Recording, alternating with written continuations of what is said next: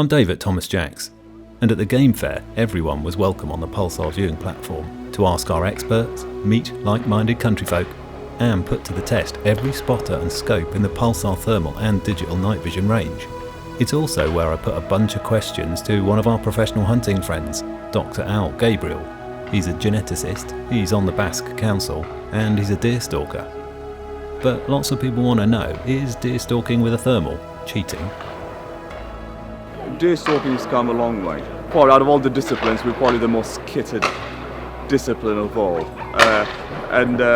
Thermal imaging is by far the biggest transition. I'm holding one in my hand.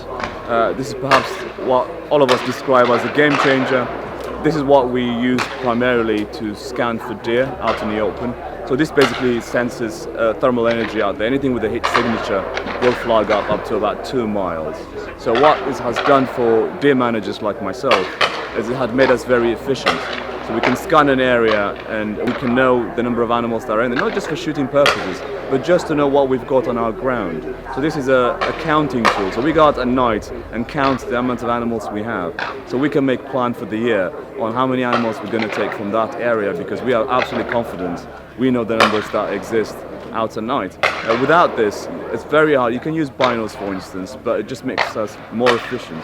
And it's very easy to observe wildlife at night, because there's a lot of movement at night, and that allows us to get a good handle on numbers. Once you have your numbers, then you can plan for them accurately. And so a lot of people would agree, thermal imaging, although it's a very sophisticated device, the one I'm holding right now looks like a bino, but it is the most advanced thermal imager on the market at the moment, and I've been using this for a good about 4 years, different versions, or previous versions of this, for about 4 years. And what the thermal imaging equipment has helped in my stalking is my efficiency is up by about 50%. So if I went outside without this, there's, half my chances won't be there. So I see more animals, more activities out in the open. It has made me an intelligent stalker, because like most things, hunting requires data. The more you see, the more you understand, the better decisions you make. This absolutely feeds me real-time data on what's around me 360. So I'm always aware. It also has a safety element. I can see people who shouldn't be in the woods, walkers, any areas that I need to be aware of. It just helps me have confidence in what's around me in about 2 mile radius. And that's an absolute boost. Anybody walking around with a rifle in the countryside, safety is a big element, and that's where this really shines. So every living thing emits heat, and that can be picked up.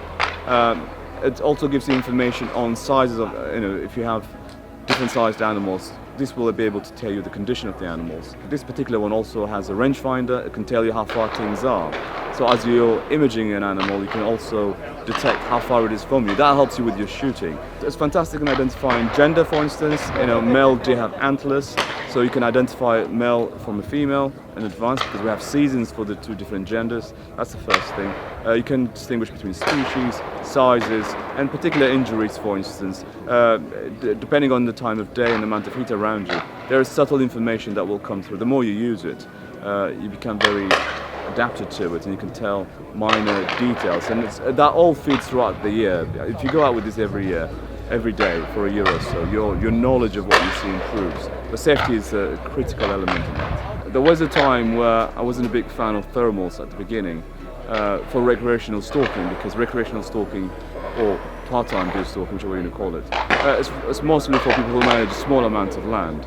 Particularly for beginners, there is a phase where they need to hone their skills. So I think using standard scope is useful, but for the professionals or anybody who is managing a large area, they should not be worried about transitioning to a thermal imager, because it would significantly help you in your stalking. It will help you get to the numbers you need, and it will just make you an efficient hunter, and it will add the benefit of safety. So anybody who's been on binos for many years and is considering maybe the thermals on the basis of animal welfare, it will make you more ethical to have a thermal. In fact, I would say not using a thermal imager would get to a stage where I would consider to be unethical, because we now have a technology that will help you recover carcasses quickly.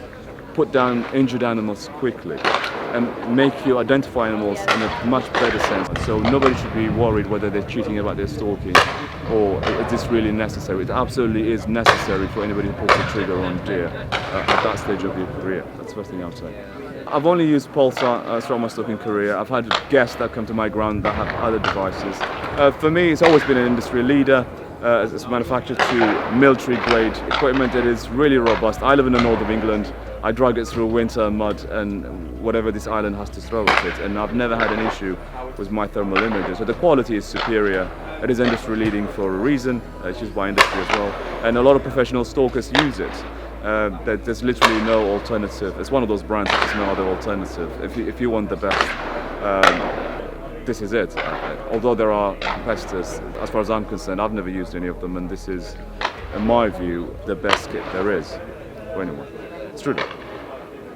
I'm not even making this up, it's true. So there you have it, not cheating and quite possibly more ethical than not using a thermal. You can hear more from Dr Al, like how he responded to this. There's loads of extras if you subscribe. I'm David Thomas Jacks. Thanks for watching.